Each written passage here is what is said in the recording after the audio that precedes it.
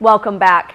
We've now reached the halfway mark of our year in review featuring the deployment of the 1st Battalion, 294th Infantry Regiment. Back in March, PNC reported that hundreds of family and friends came together to bid farewell to the nearly 600 soldiers of the Guam National Guard that were deploying to Afghanistan. The Guard was facing the challenge of maintaining certain levels of readiness and support services until the deployment is completed in early 2014. Here's former PNC reporter Josh Takenko. The Guam National Guard Barrigada Readiness Center was filled with family and friends early Saturday morning as they said goodbye to their loved ones that are part of the deploying 1st Battalion, 294th Infantry Regiment. Close to 600 soldiers loaded up on tour buses at the Readiness Center and were shuttled to Andersen Air Force Base. A final goodbye wave could be seen outside the Air Force Base as people honked horns and waved their U.S. and Guam flags. Several of them could be seen crying and hugging others as the buses passed.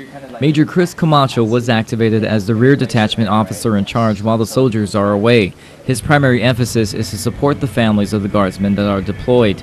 He says the battalion is now in Camp Shelby, Mississippi for mobilization training before they reach Afghanistan. Those soldiers will go through a series of training, about 30 to 45 days worth of training where they'll get additional training in collective tasks. Prior to their departure, commander of the 1st Battalion, 294th Infantry Regiment, Lieutenant Colonel Mike Tuffer, also talked about their mid-April arrival in Afghanistan. We'll spend 9 months in Afghanistan. We should be coming out and back to Camp Shelby sometime around January of 2014. This may be the largest deployment in the history of the Guam Guard, but Major Camacho says they still have a fair amount of soldiers that were left behind for various reasons, which include ineligibility to deploy or recent basic training graduates. I've got about 226 soldiers that I'm responsible for, and my job is to ensure that we maintain a level of readiness with the Army and Army standards, and to essentially sustain the training that's required for those soldiers that are left behind. As part of the Guard's rear detachment chain of command, Camacho mentions they have to maintain certain levels of readiness and act as a liaison to direct families to third-party services that can help them. For example, he recommends for families to reflect the current status of their deployed guardsmen by updating their identification cards. The rear detachment also relies heavily on their family readiness group to help spouses of service members that have deployed for the first time. The family readiness group is one network of support where we try to partner and match up more experienced spouses with less experienced spouses. And if you notice a yellow ribbon tied around a tree or power pole, Camacho adds this is also tied to the Guam Guard's deployment.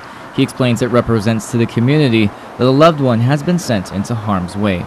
The tradition is that whenever a family member has a soldier that's been sent overseas and into harm's way, that they would tie a yellow ribbon around a tree or anything that's in the public light, just to remind the community that we do have folks from our community that are out there, and we want to keep them safe and keep them in their prayer.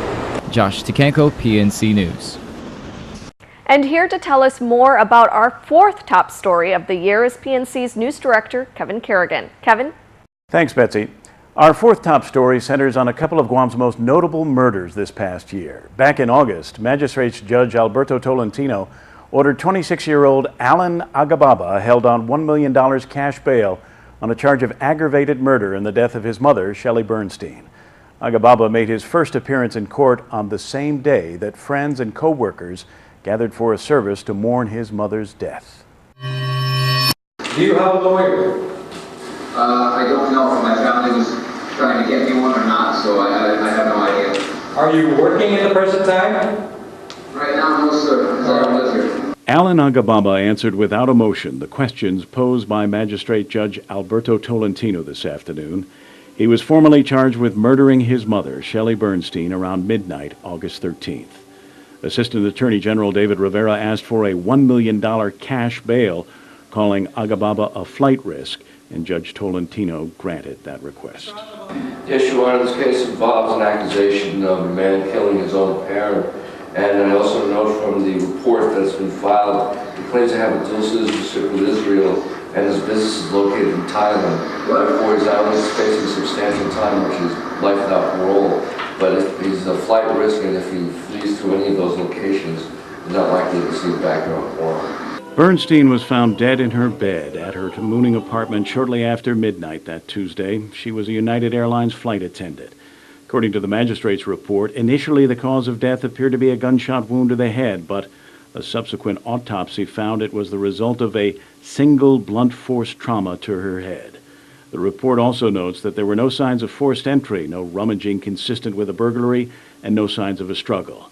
And medical examiner Dr. Aurelio Espinola also concluded that Bernstein appeared to be sleeping when she was attacked and that her body appeared to be staged to conceal the wound. She also had 6 medical adhesive patches on her body. They contained the opiate fentanyl, which Bernstein had a prescription for to treat her chronic back pain, but Dr. Espinola concluded that the 6 patches would have resulted in an overdose.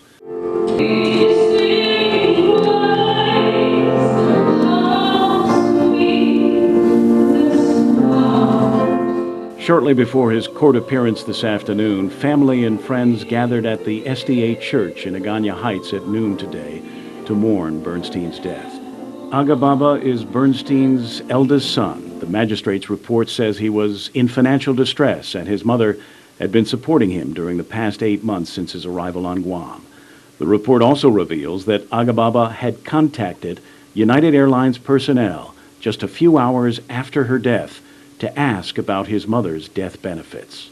She had a vibrance for living. She was a very loving and caring person. She loved her boys. She enjoyed her job. And she was just a very beautiful person, and we're very, very sorry of her passing. She had so much left to give. A neighbor told police that Aga Baba knocked on the door shortly after midnight to say someone had broken into their apartment. He seemed unemotional, according to the magistrate's report, more concerned about charging his cell phone, said the neighbor to police. The cell phone log indicates that Aga Baba was on his phone to his brother minutes after allegedly finding his mother's body, but he did not call 911. Aga Baba denied any involvement in his mother's death. And it's so sad for her kids that she's gone. Aga Baba did not enter a plea today. Judge Tolentino assigned the public defender to represent him. A preliminary hearing has been set for Friday, September 6. Another notable murder case that PNC covered this year was that of Emmanuel Cepeda. In February, the 36-year-old Mongmong resident was arrested on charges of murder after his estranged wife was found shot to death in her Ostumbo home. But as PNC's Betsy Brown reported, Cepeda had already faced charges of family violence before being arrested for aggravated murder. People of Guam are charging you with aggravated murder as a first-degree felony, along with the special allegation of the possession and use of a deadly weapon in the commission of the felony. The court has reviewed the declaration attached to the complaint and agreed that there was probable cause to charge you with this crime. 36-year-old Emmanuel Cabrera Cepeda faces charges of aggravated murder with a special allegation of possession and use of a deadly weapon after his wife, 35-year-old Emma Lynn Kataping Cepeda, was found dead in her Ostumbo home last night. Neighbors heard a gunshot just before 7 p.m. Yesterday, my grandfather, he heard a gunshot, so I didn't really see it because we came late, but as soon as we came, all I saw was the cops telling the guy to put down the gun and everything. So. When officers arrived at the scene last night, they say they found Cepeda holding a gun, and inside the house was a 35-year-old woman, unresponsive and with no pulse. According to the magistrate's complaint filed in Superior Court today, Emma Kataping Cepeda had 2 gunshot wounds, one to her right thigh and one to the left side of her head. She was pronounced dead at the scene. The report also states that Emmanuel Cepeda told officers that he went to the house with the intent of shooting the victim and then himself, but that his firearm malfunctioned. But PNC has also learned that Emmanuel Cepeda had already been facing charges of family violence involving Emma Cepeda before last night's events transpired. He was on pretrial probation on 2 charges of felony terrorizing with a special allegation of use of a deadly weapon, and 1 count each of misdemeanor family violence and assault. His next hearing was scheduled for this coming Wednesday. A protection order had also been granted against Emmanuel Cepeda on behalf of Emma and her 3 children.